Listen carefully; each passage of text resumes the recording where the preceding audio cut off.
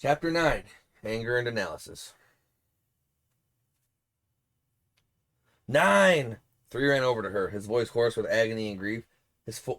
Her forehead, hands, legs, her entire body was stained with blood, dripping from 1,000 scratches and cuts. It was a fate far too cruel for such a young girl. No matter how many times 3 called out to her, she didn't respond. He had sworn to protect her. He had promised himself, promised her.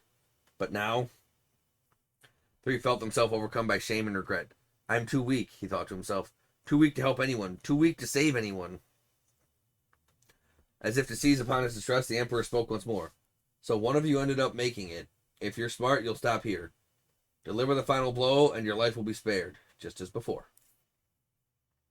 At those words, 3 felt a creaking in his mind. It was harsh, the sound of metal scraping against metal. I imagine she takes some sick satisfaction in being killed by the same person who killed her brother anyway. The Emperor's mouth twisted in a perverse smile, the depravity in his eyes clear even through the shadow cast by his helmet. It was then that something snapped inside of 3. Die! He exploded as if boundless rage coursing through his veins had at last found an outlet. His legs and arms snapped into operation. A primal rumble burst from his throat. His bones creaked and his blood boiled. Pure fury ignited his entire body, inciting it into action. And before he knew it, he launched himself at the Emperor. He unleashed a whirlwind of attacks, his strikes faster and more powerful than ever before. The Emperor met with the charge head-on, altering gravity as he went. But 3 adapted to each shift almost as fast as they came. His body was running on pure instinct, sharpening his senses to a razor-sharp edge, and giving him almost a preternatural adaptability. The Emperor, on the other hand, found himself working harder and harder to handle 3's hail of blows. He managed to block the oncoming strikes, but his attacker showed no sign of slowing down. Like a wild dog, the Emperor sneered. A tool with a will of its own is a useless thing, to be sure, but seeing you foaming at the mouth like this is pathetic beyond measure. You truly are fated to die as you lived, a mere thing. Even in the face of 3's enraged onslaught, the Emperor had barely taken any damage at all. He still had all the cards. 3 was little more than an annoyance, like a flea biting a wolf. 3's thoughts bubbled back up to the surface. He found himself remembering something 9 had said. It was his natural sense of composure that allowed him to recall such a timely memory. Composure he did not possess 3 years ago. He continued to let his anger drive his body, but maintained a calm mind, not allowing his thoughts to slip away into his rage. He could have stopped himself at any time, but found his current rage beneficial.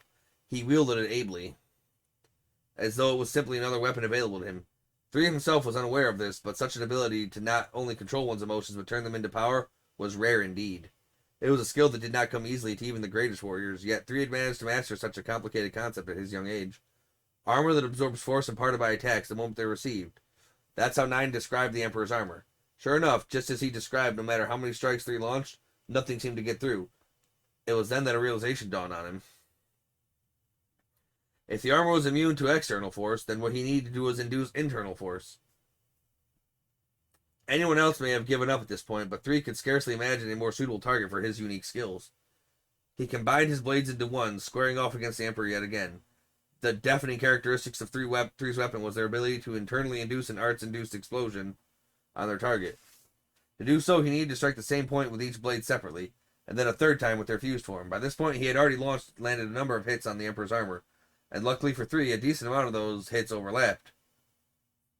All that remained was the final step in the process, making contact with those intersecting points using his fused sword. 3 attacked the Emperor with the same rage and power as before. This time, though, he failed to land a single hit. He was just a hair's breadth off every single time. The first steps in his weapons process were relatively simple. He simply needed to land a strike with each weapon, creating perpendicular lines that would paint the target for the orbment. The next part, however, was far more difficult. He needed to use the fused blade to hit a precise point where the 2 lines intersected. This was a much smaller target area, making the task that much more demanding. Still, 3 was confident in his aim. He knew he had the dexterity to pull it off, in spite of his skill and confidence. However, he continually found himself failing to land the decisive hit. The Emperor cackled in delight as he watched the three struggle. To him, 3's plight was nothing short of pure comedy. I know my tools inside and out, he said, a dark grin spreading across his face. Your methods of attack, how your weapons work. I understand these things even better than you.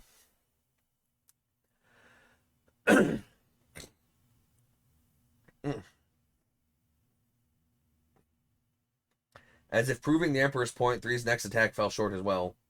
The Emperor launched a counterattack with his staff, swung at the perfect angle. Three had figured out his foe's tricks. Right before each of his attacks he would land, the Emperor would make a subtle change to the gravity. His timing was exquisite, and the trick was executed in such a way that Three had no time to correct the angle of his sword. Further, the gravity wave emitted by the Emperor's scepter did nothing at all when it failed to connect, but if it did, the resulting damage would be enormous. Thus far, Three had been able to evade or turn away each incoming swing, but he knew it was only because the Emperor was allowing it. He had yet to land a single effective attack, and the wear on both his weapon and own body was steadily mounting. The outcome of the battle seemed clear, and by all appearances there was nothing that could change its course.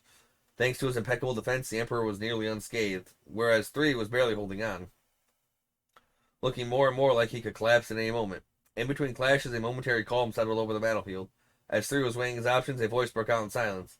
It was a lazy drawl, one that Three had heard many times over the past year. Analysis complete.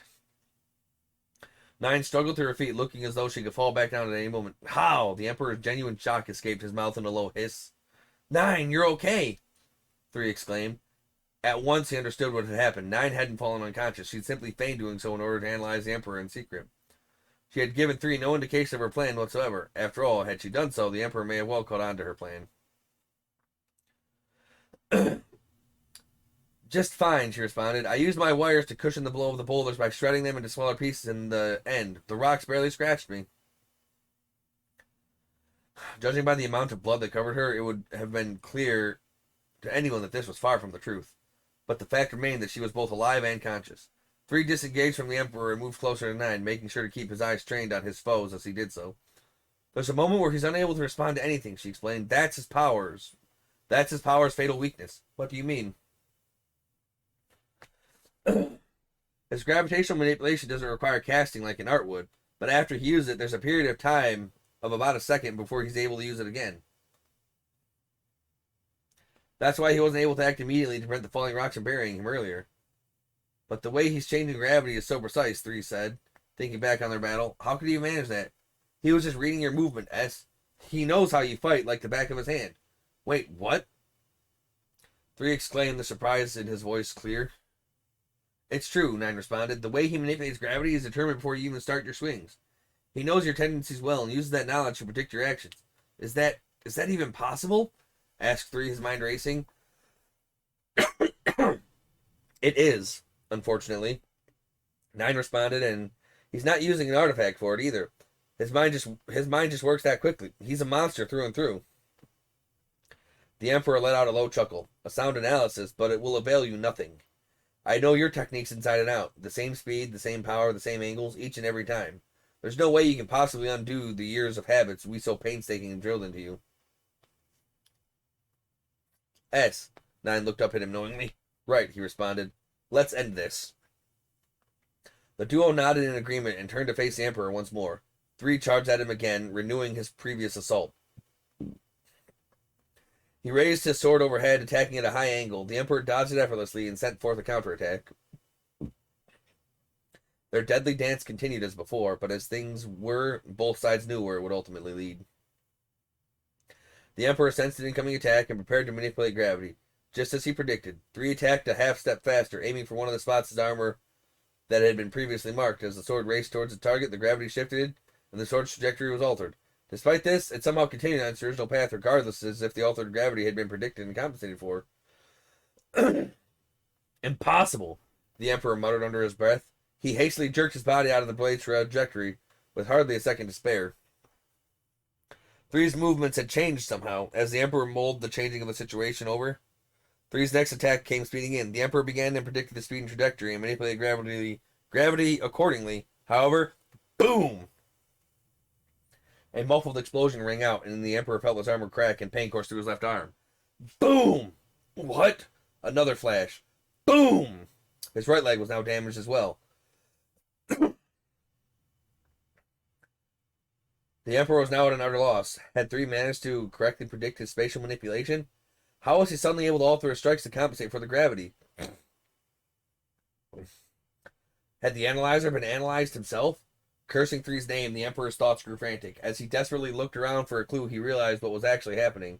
He glimpsed a number of barely visible cords extending from Three's body naturally. 9 stood at the other end, controlling them. She wasn't pulling him to and fro like a marionette, but instead was nudging his attacks so slightly, guiding his direction, timing an angle to create the perfect strike. The Emperor may have been predicting Three's attacks and making adjustments, but 9 was doing the same to him in turn. It was her guidance that allowed 3 to score direct hit after direct hit. Her superior intellect was, of course, a major reason this was possible, but her relationship with 3 was their true secret weapon. The two knew each other better than anyone in the world, which allowed her to predict his reactions and movements with incredible accuracy. She used her natural understanding of her partner to help him adapt his combat style to fit the situation at hand. In that sense, the secret behind the upper hand they had suddenly gained was as simple as could be. "You little bitch!" The Emperor let out an enraged growl, laced with bitter hatred. Neither 3 nor 9 had ever seen him like this before. He tried to launch the same rocky onslaught at 9 as he had before, but found himself bereft of munitions. He could not be sure of what happened, or when he could not be sure when it happened, but at some point the duel had led him to a different part of the area, one where they could no longer weaponize the terrain. With furious bloodlust, he lowered the gravity near him and rushed at 9. "Finally," she smirked, "I've been waiting." A giant boulder appeared in the air above the Emperor, likely due to an art 9 had cast. The Emperor was unimpressed, however, at being subjected to the same attack twice. This time around, it even lacked the element of surprise. He easily shattered the incoming boulder with his staff, once it entered his area of reduced gravity. But it was this flippant display of arrogance that sealed his fate. As pieces of the boulder rained down around him, he found himself face to face with a plush toy rabbit, one that had been hidden within the boulder. "No!" he exclaimed, knowing full well it was no mere toy. His realization came too late, however. With a massive bang, the rabbit detonated. Light and heat washed over the Emperor, and his legs buckled under the force.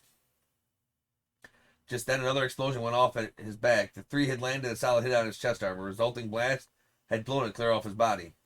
"This is the end," 3 said quietly. The black-hearted Emperor's armor had been destroyed, and 3's blade had found its bloody mark. Ooh. I love it.